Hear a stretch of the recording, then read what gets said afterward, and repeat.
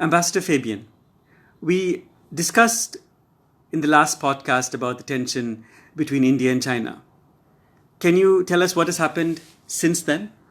Thank you for the question. I think we should have had this podcast a couple of days earlier, but it's never too late. Since the 2nd of October, two developments have taken place.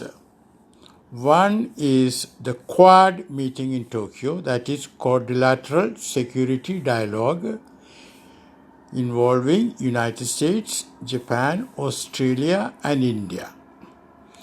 The meeting took place, a physical meeting of the foreign ministers of these four countries on 6th of October in Tokyo, and this is the first time that Quad has met at that level specifically for a Quad meeting. Till then, they were meeting, but always on the sidelines of other meetings. So that is an important development. Secondly, there was no joint communique. That means they could not agree on one. Why? Essentially, United States wants an Asian NATO. Now the other three are not yet ready for that. Associated with Quad is the question of the Malabar exercises. India has been having these exercises for the last couple of years involving the navies of United States and Japan. And question has been hanging fire.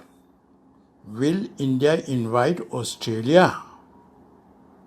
In fact, in 2007, India had invited Australia for an exercise, and China responded negatively. And ever since, India has been very, careful about this matter. Now, in Tokyo, there was no indication about India's decision. But on the 19th of October, India announced its decision to invite Australia for the Malabar exercises in the first week of November, starting from the 3rd of November, off the Visakhapatnam coast. Why did India wait? India waited because talks with China have been going on, and India wanted to know how China will behave. And I am sorry to say that these talks have not till now delivered any positive result. The latest is that China is insisting that India should withdraw from points A and B within India's territory first, and then China will withdraw from points C and D. After India has withdrawn, remember that. Now India has firmly rejected that. So that is where we stand as regards the tension between India and China. The winter is coming. 50,000 and odd troops are, in an eyeball-to-eyeball state of confrontation. But we should note one thing, and that is, as we have been saying all along, what happens between India and China doesn't depend entirely on India or China. What other countries do does matter. Now we can see that a triangle is developing, that is India, China and the United States.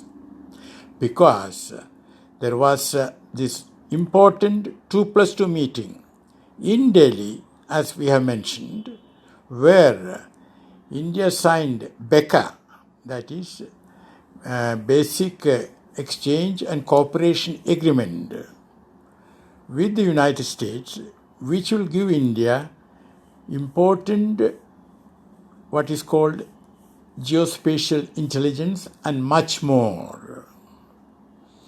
Something which China will not be pleased about. Now, coming to that triangle, I think we should wait for the forthcoming election before we talk more on that triangle. Thank you so much.